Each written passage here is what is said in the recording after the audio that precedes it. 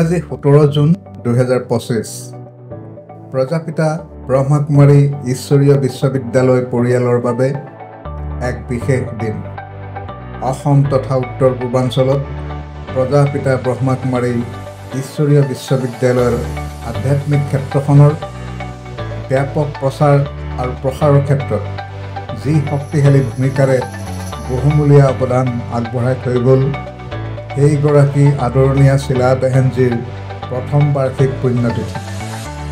যিগৰাকী আদৰণীয়া বেহেনজীয়ে অনবৰতে মমতাময়ী মাতৃৰ স্নেহেৰে জীৱনজোৰা অহোপুৰুষাৰ্থৰে মানৱ সেৱাত নিজকে সমৰ্পণ কৰি গ'ল, সেইগৰাকী মহিয়সী নাৰীৰ পুণ্যতিথিৰ লগত সংগতি ৰাখি এক ৰক্তদান শিবিৰ কাৰ্যসূচীৰ আয়োজন কৰা হৈছিল।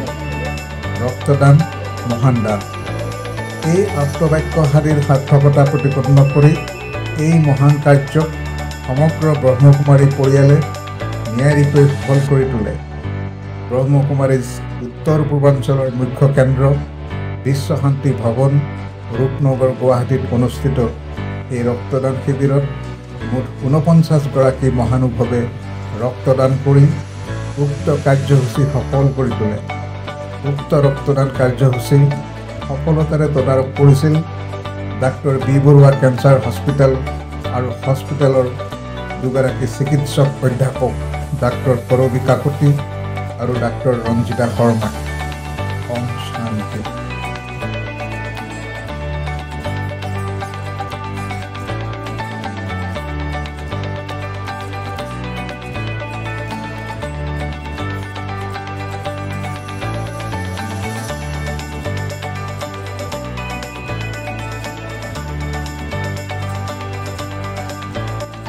নমস্কাৰ। আজি আমি আহিছোঁ Rupnagar Brahma Kumari centre blood donation কেম্পৰ কাৰণে। যিহেতু আমি জানো আজি আমাৰ বাইদেউ BK শিলা দিদি পুণ্যতিথি হয়। এবছৰ আগত তেখেত আমাৰ মাজৰ পৰা হেৰাইছোঁ আমি বাইদেউ। তেখেতৰ এবছৰ স্মৃতি দিৱস হিচাপে আজি আমাৰ বাইদেউ দাদাগৰাকী চবে আজি এই ব্লাড ডোনেশ্যন কেম্প পাতিছে।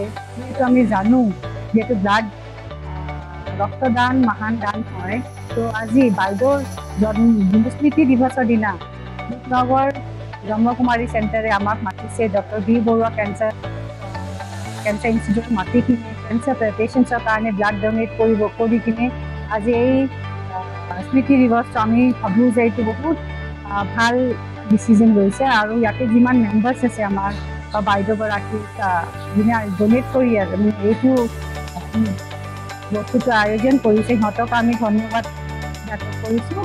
আৰু আশা কৰোঁ যে আমি প্ৰত্যেক বছৰে এনেকৈ এই বছৰ এনেকুৱা এইটো স্মৃতি দিৱসৰ দিনা আমি লগ পাম আৰু কেঞ্চাৰ পেচেণ্টৰ কাৰণে এনেকুৱা ৰক্তদান কৰি সিহঁতক আমি সহায়তা কৰিব পাৰোঁ।